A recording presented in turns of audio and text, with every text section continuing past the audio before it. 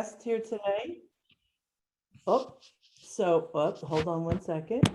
I see that some of you have brought some guests here. I want to welcome the guests for being here for the very first time. So welcome to Michelle's friend and Regina's friend, and I'm so glad you're here. I also have a request that if you are here with us, I am going to request that you come on screen. We barely ever see each other. So my request is that we actually be able to see each other's faces. You might or might not be willing to do that, but if you are, bless you and thank you. So if you do not have a pencil and paper near you, I would get a pencil and paper. We're gonna talk. We're talking pure science of mind, as we have been all year, and it is very important that we. Just getting some messages. Lee is eating breakfast. So we've been studying the science of mind all year.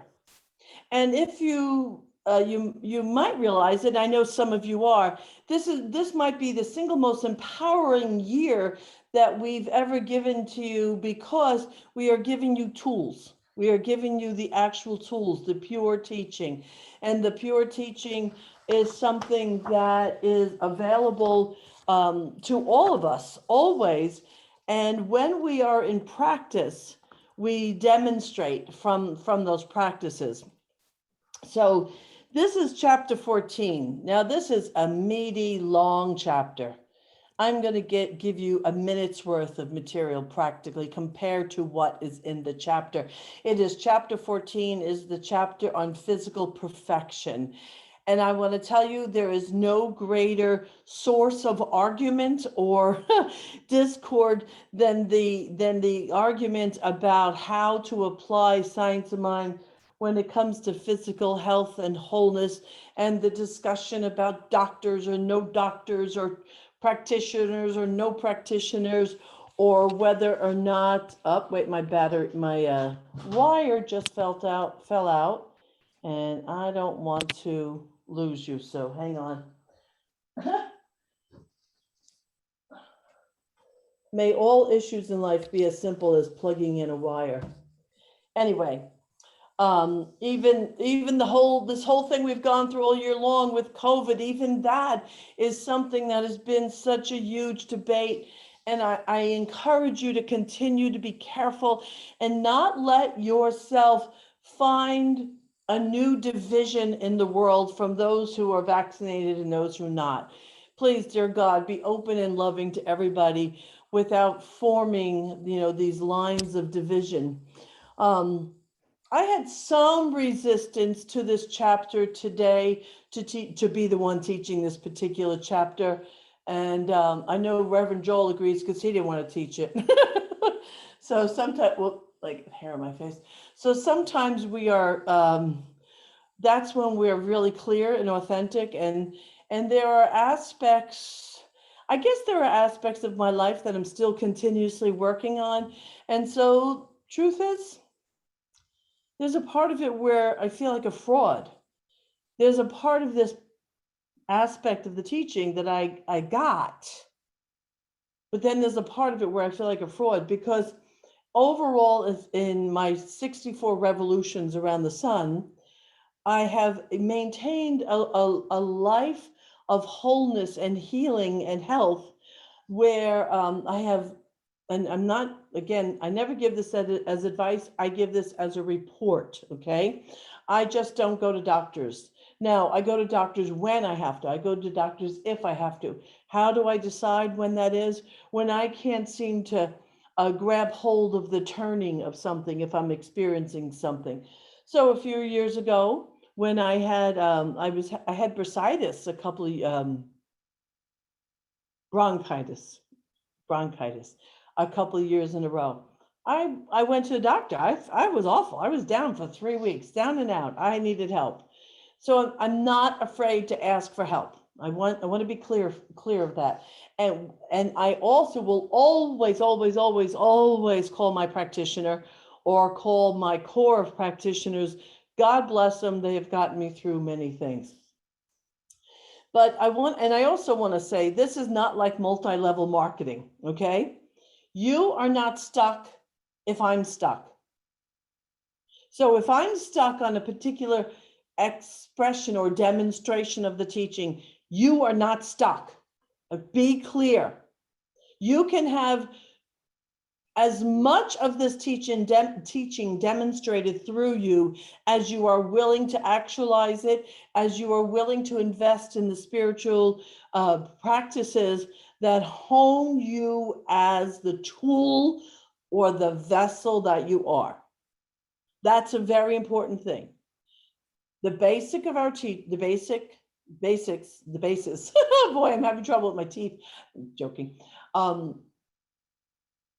Spirit shows up through us, right? We all know that. The God is, the all that is, everywhere present, everywhere present, spirit, give it a name, shows up through us. So since it is showing up through us, you and I as the vessel, our concern should be taking care of the vessel. Now, the vessel is not just this local physical body. The vessel is the thinking.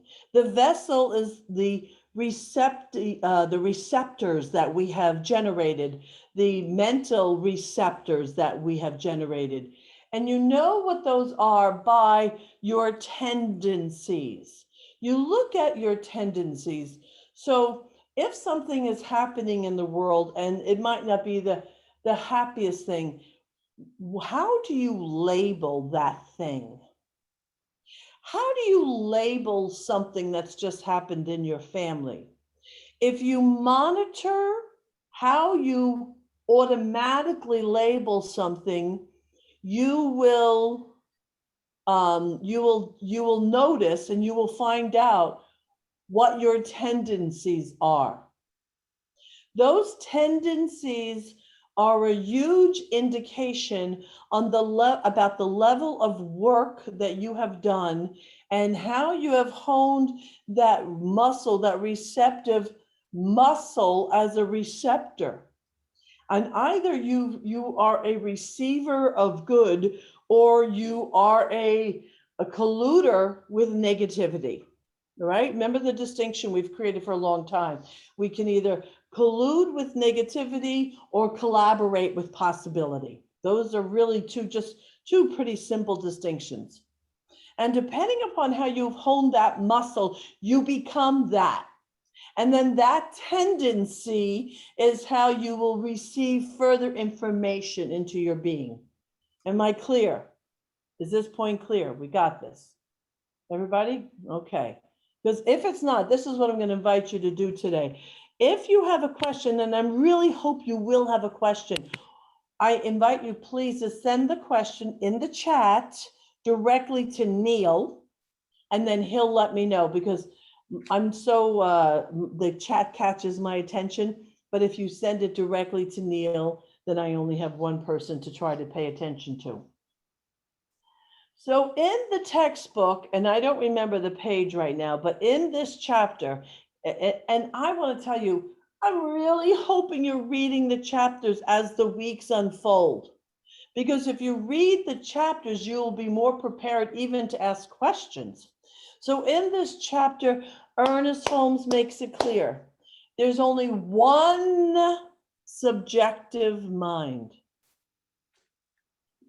That subjective mind is where our subconscious dances in that subjective mind. But that subjective mind is the collection of all people everywhere. So what happens is it's like you and I want to create a funnel through which we draw up from that subjective. And we do that by creating our tendencies, our sensitivities, by creating our receptor muscles. And you can almost refer to this like the receptors in the brain.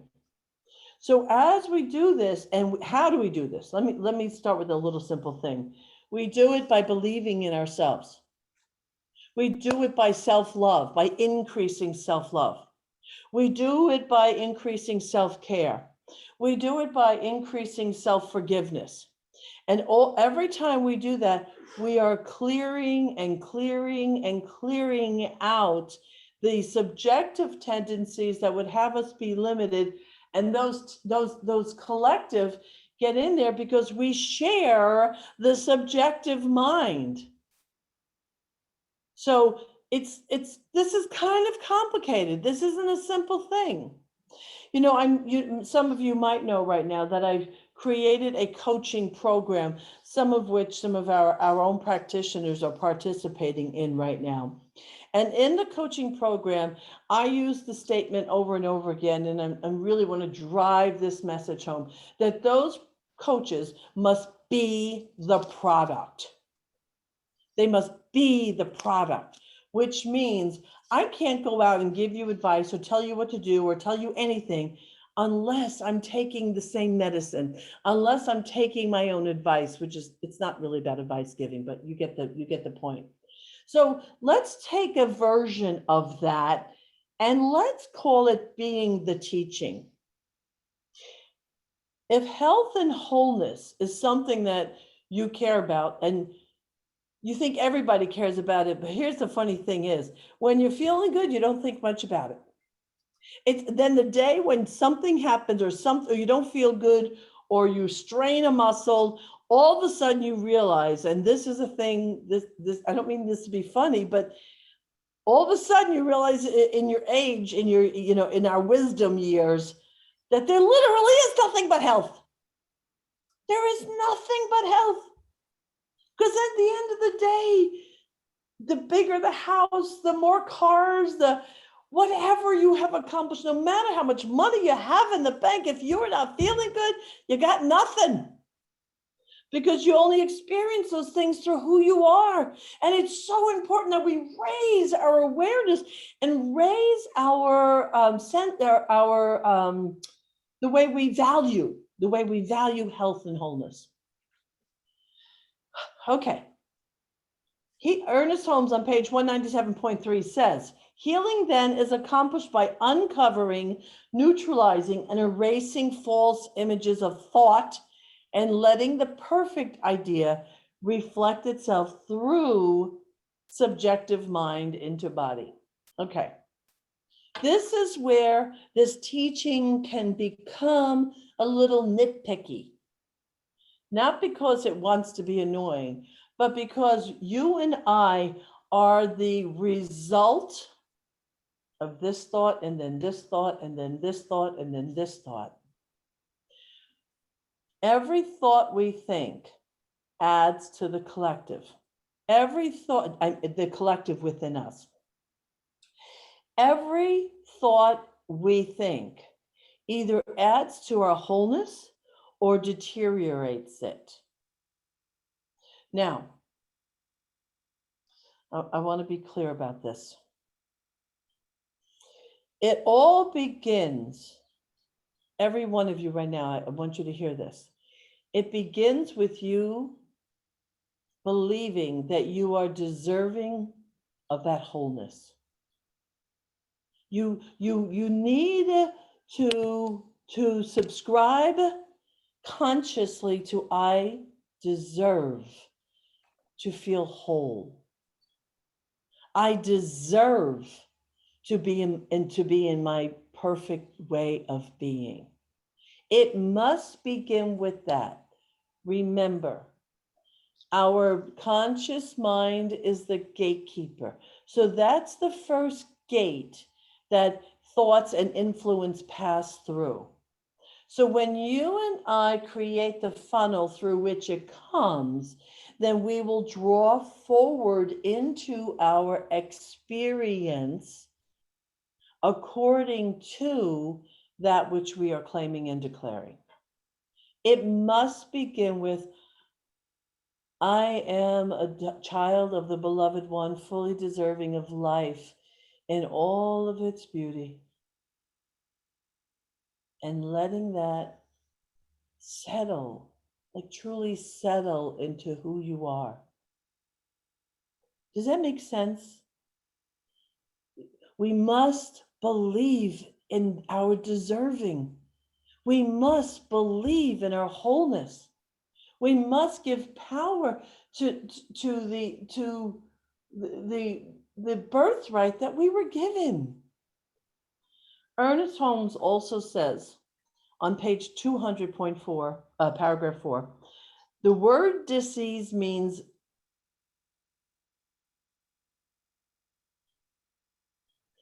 I had a typo in my notes. I didn't read it from the page. Something of ease, dis-ease, lack of ease, lack of ease. That's so funny. Dis-ease, abnormal, absence of a normal condition. In order to do her work, it is necessary for the practitioner to know that dis-ease is not an entity any more than darkness, which is the absence of light, is the entity.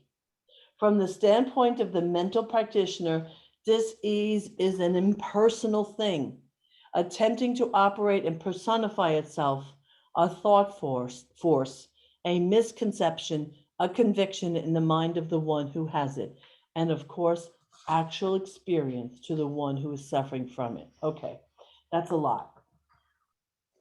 So, very often, there's some tendencies that we have as humans. If we're not feeling well and we've been given a name, has a doctor or somebody ever given you a name or a diagnosis? Now, most likely you've had some kind of experience.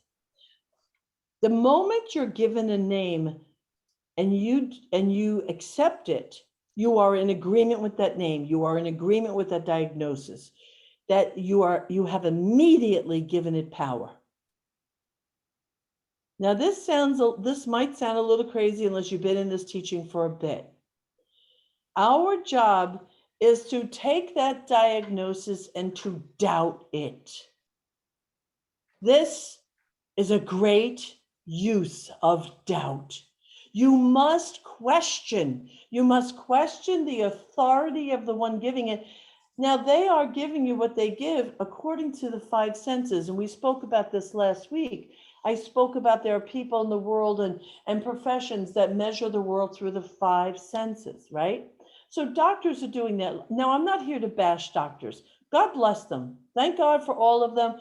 I've been a wonderful recipient of good support, and doctors have saved two of my sons' lives, because two times I had two sons, which is odd, that both had spinal meningitis, which is very odd to have two children in one family have spinal meningitis.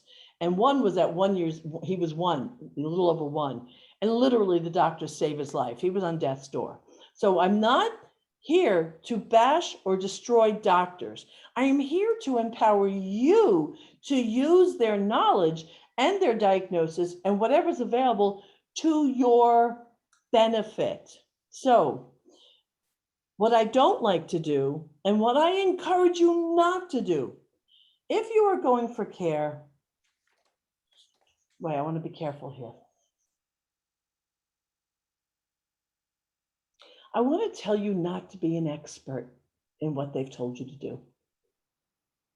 Don't go researching it so that you are so immersed in that diagnosis and the potential of this and the potential of that, that suddenly you have now inserted yourself into that diagnosis and you have now colluded with that possibility. That might sound a little odd, because you might think, well, because as cultural creatives, which is what we are people who question life. That's good. You might think to yourself, well, I don't want to just take advice, but I want to make sure. Yes, do what you have to do to make yourself comfortable. But please, dear God, do not submit the authority of your being to anyone, not even me. Not to anyone. Do not give over the authority of your being and your power and your wholeness to anyone. You are whole because you are whole. I can't add to you. I can't take away from you unless you and I are in rapport and I'm working with you as a practitioner, because then you've given me some license and then we're inside of each other's energetic space. So healing is accomplished by uncovering, neutralizing, and erasing false images. Okay. So if I'm going to be the teaching, what that means is I'm going to practice every day. I said this morning in Psalm Sunday, and I got to tell you, I kind of encourage you to, if you can get up for an 11 o'clock meeting, I really want to encourage you to get up for the 9 o'clock meeting. The give and receive in there is so incredibly meaty, but to stay on point, to be the teaching is to be in spiritual practice. Now, there's a wide variety of spiritual practices that add to it. But this here, everyone looking at me right now, even those of you who won't show your face, even those, all of us here, community is a type of spiritual practice. Now, my job, to the best of my ability, or Reverend Joel's or Tony when she's speaking, our job, to the best of our ability, is to be the one in the front, like the what is it, the drum major in front of the band, and to do the best we can to strike a note of health and wholeness and teaching, and hopefully to tempt you to want to be in that. That's my job. Okay. And then to capture your attention and capture your attention over and over again. So our attention goes to believing in the teaching through the application. So physical health and wholeness can be the result of your constant work. If you have waited until you're sick to apply the teaching, catching up can be a little bit more difficult. It can. It'll just be a little bit more difficult. Not impossible, just a little bit more difficult. It takes a little bit more effort to do that in that way. So there are questions that I want to encourage you to ask yourself. And I would love it if you would write a couple of these questions down so you can use them for yourself. And let me set this up a little bit. Louise Hay, that most of you know, you might not all know, Louise Hay, yes, the publisher, the publishing company, she passed away, I think 2 years ago now. She was originally a practitioner in the First Church of Religious Science in New York City. And she started seeing that when she worked with clients, she saw that every body part that she worked on had a mental equivalent, had a mental cause to the physical discomfort that someone was experiencing. So what she started to do is she started to write them all down and record them, which has turned into her the incredible business that she has, and a book that's been reprinted many, many times. Your body will often, or an aspect of your body will often break down according to the mental message that's within it. For example, certain organs have certain emotions that are completely tied up and inside of them. Hold on, let me see. Okay, I'll get you in 1 second, Neil. So if you come to me and you tell me your ailments, because I've been in practice so long, I will know to ask you questions about what are your beliefs or your thinking that would allow that particular ailment to be in place. If you tell me what you're thinking or believing, I can kind of predict sometimes where, if you were to have a physical thing, or without you telling me, where it will land in your body. Your body has some very literal ailments. Like it's literal. Like if you have a heart attack, the first question is to ask yourself is, am I heartbroken? There are certain organs that hold emotional experiences very literally. Neil, you said you have a question. Yes, we have a question from Patricia, and she'd like to hear your feelings about support groups because when she was diagnosed, her doctor told her not to join one, and she thought that was probably very good advice. Okay. And what was the other question? So I get both at the same time. That's it. There's only one question. Oh, I thought, okay. Okay, so thank you, Patricia. So what Patricia's asked me just my opinion on support groups. So I don't have an opinion for anyone else. I only had an opinion for me. Many, many years ago, I actually don't remember how I got there. I literally do not remember what caused me to go. But it was suggested that I go to a support group for survivors of abuse, of sexual abuse. And I think I went once. Now I was already in religious science. I was already in the teaching. So I went once and I'm looking around the room and I'm like, huh. I went a second time and I got quickly to, oh, hell no. Because those particular people and that particular support group were fully invested in being victims. You have to decide what you want to be surrounded by. I would rather see y'all think of this as a support group. I would rather see you think of or gather practitioners or other people and be in a room and have breakfast or lunch with other people who believe in the presence of God as you so much that they'll support the presence of God in your wholeness. Now, that doesn't mean we sometimes don't need to talk. We do. We need to spend the energy that's invested, that we have invested. We need to let those emotions spill out. Because once they spill out, then we can get to the next layer of health and wholeness. But so, because we don't want to practice spiritual bypass, we don't want to act like we're okay when we're not. And yet, I'm not going to talk to you about your dis-ease, your discomfort, your ailment, and I'm not going to jump in and I'm not going to ask you every nook and cranny of what it is. Now, if it's something I've never heard of, I might ask you about how it demonstrates. I might ask you that, because by understanding enough about it, then I can look at the mentality of it. So Patricia, does that support you?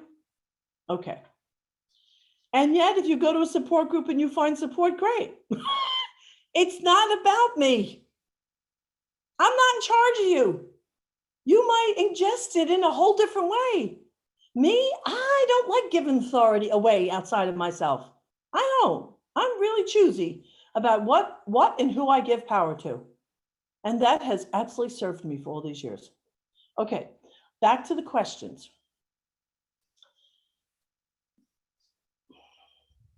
Again, I'm going to set it up again. Your ego is not against you. Your ego is working for you. If you have ever taught or subscribed to the idea that the ego is something you have to fix or heal or get rid of, number one, you can't get rid of it, for God's sake. It's like taking off your skin and thinking you can move around. You can't get rid of it. It's who you are, and it developed on your behalf. Your ego has been working on your behalf for years, whether you realize it or not. Okay. So what happens is we want to assume that the ailments that you and I, that are individual to us, that we have, that there's something about it that's working on your behalf. It itself is trying to call your attention. Do you get that? I want everybody to really get that. Something that's bothering you is calling your attention. So you ask yourself, what is this blank causing me to pay attention to? What is this blank causing me to pay attention to? And we ask people without judgment. We ask without judgment. And I want to say again, please, dear God, put the practice of non-judgment at the top of your list. Oh man, am I learning? Am I learning? I'll go back to that. The next question. Fully healed from this ailment, who will I be? Fully healed from this ailment, who will I be? Okay, got that?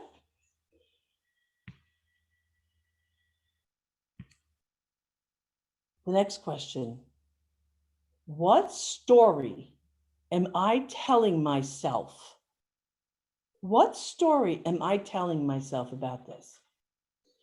Now, you might think to yourself, well, I'm just telling myself I'm not feeling well because I'm not feeling well. It's obvious, blah, blah, blah, blah, blah, right? Here's what happens though. Something happens and we make up a story. You've heard me say this 100 times, but I don't think it always sinks in. The story you make up is within your ability to cause a change. The story you make up and what you label it creates your experience. It is not ordained. You ordain it. You have the power to change it. Can I get some amens on this? I want to know that you're getting this. So important. The power of your experience is in what you label your life as it's happening. And we make up things about ourselves. So sometimes when we're not feeling well, then we judge ourselves. Well, yeah, I'm in the spiritual community. I'm supposed to be feeling good. Oh, Reverend Michelle would be very disappointed if she knew I was sick. Oh, bullshit. I've had people misconstrue what I've said to them, and it's a lie. You must be allowed to be your humanness. I will never criticize you for being human. Never, ever, ever. I will support you where you want it, but please, dear God, know that we're not here to judge each other. If you're not feeling well, reach out. Because what happens in the background, that story that you make up, now that story takes on a life of its own. So now you have the physical ailment that you're dealing with. Then you have the story and how it engages with the community or with me or practitioners. Sometimes some of us are so concerned we run in shame. We shame ourselves for not being well. No, please, dear God, don't. And then so we just make up stories about ourselves and then we give life to that story. We believe it. And can you hear me? Can you see how our very actions, the individual actions that we take, create the reality we experience? Are you catching this? This is really, really important.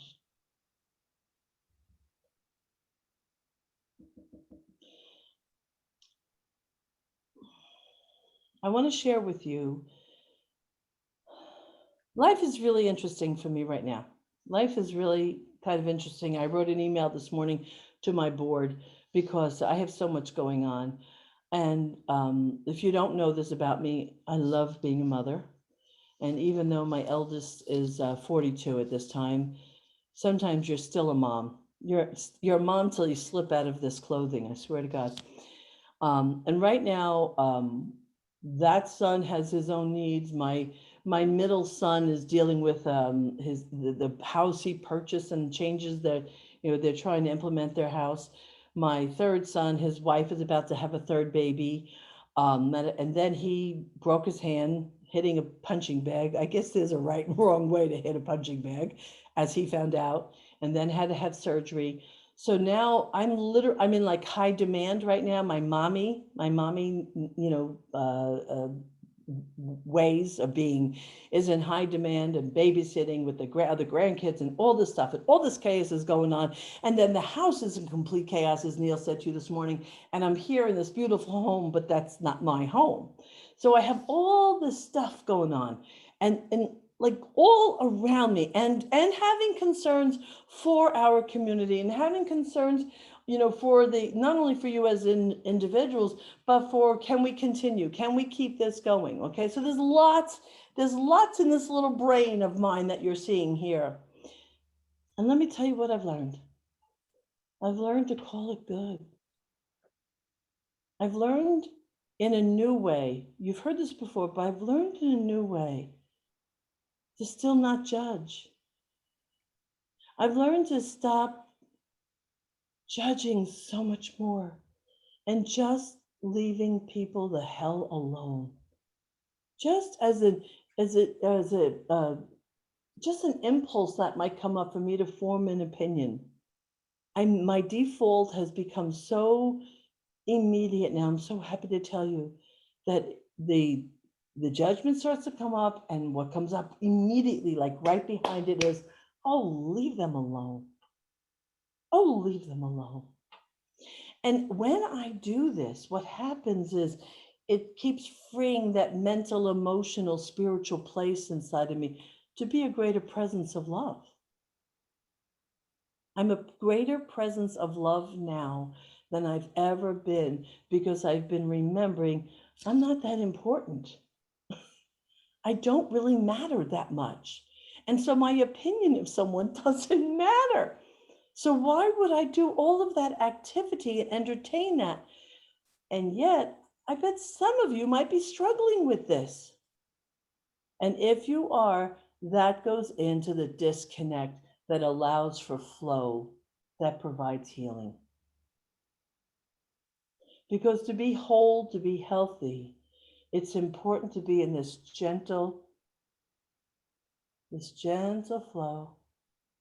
This, it's like your breath. And I got energy workers in here, and I got qigong people in here. So these people really know what I'm talking about.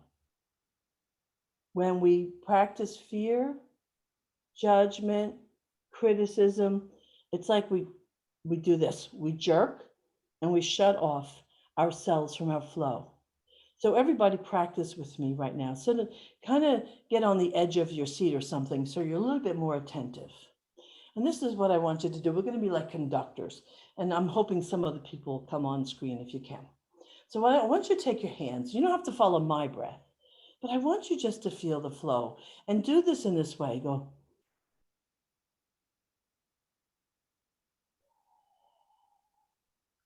With your own breath.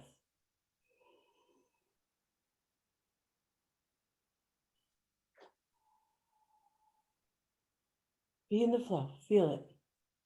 Your in breath. And maybe you want to do a little different. Maybe you want to have your hands flow differently.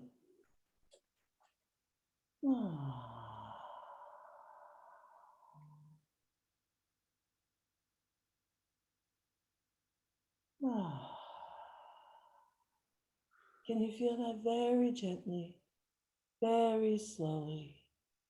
The in and the out, the give and the receive. And when you're in that, and there's this soft, sweet, receptive place, you're saying, yes, God, I accept my good. Yes, God, I accept my wholeness. Yes, God, I allow. Are you catching that? That's a lot different than when you grip and you hold tight and you judge and you allow the chaos that's outside of you to take control. Oh, wait, looks like it might be. Oh, I got yeses, okay. Is there any other questions about this that you might have? Am I making sense? If this doesn't make sense, call me out. Don't let me do this to you. I don't want you walking away without questioning things. All right, I'm getting Michelle, yes. don't have any questions, but two statements. One, earlier on when you were speaking, Bill's statement was, that apparently it struck him that the deserving without having to have a reason. Yes. And Frank, which are, I'm assuming it's Frank and Antonia, put in there before about the ego. My ailment challenge is great because my ego is looking at it as life and death. Got it. Yep. And so what we do in that instance, Frank, I'm going to speak directly to that statement. Love it. Choose love. Love it. Accept it. Forgive it. Be the teaching and be the presence so much it can't help itself but to just melt back into nothingness from whence it came. Love on it. You hear me, Frank? You good with that? Yeah, absolutely. Anybody else have a comment or a question? We have to do this together. So here's the thing. If you are in agreement, what this does, and I love that Evelyn last week, and I was playing with words about positivity and a posse, and she said, we're a posse of positivity. I'll try to keep that alive. Yes. So that next time we're here together and we see each other, that should be that recall. We want to activate in each other the reminder of wholeness.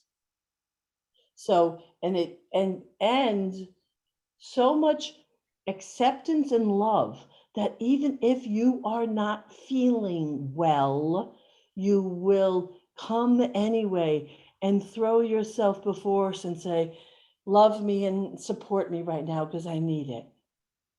And then that naked throwing of yourself like that, you will find support. You will find support. Okay. Unless there's something else, Niels, or anything else, because I'm going to treat us out. Nope. Okay. Oh, there is something else. Okay. Just two more comments. Henry is reminding us that when you breathe in, it's yin. When you exhale, it's yang, and they need to be balanced. And Bill also commented that take responsibility for everything in your experience. That's power. Yes. Although about the yin and the yang, try doing one without the other. They're kind of automatic. It just exhale. See how that works for a bit. It doesn't kind of come together.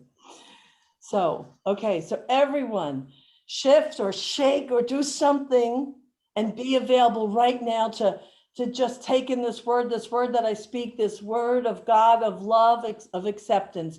I declare right now on behalf of everyone listening that there is a power and a presence of love. It is flowing and moving and availing itself and recreating out of itself consistently in, through, and as each one of us.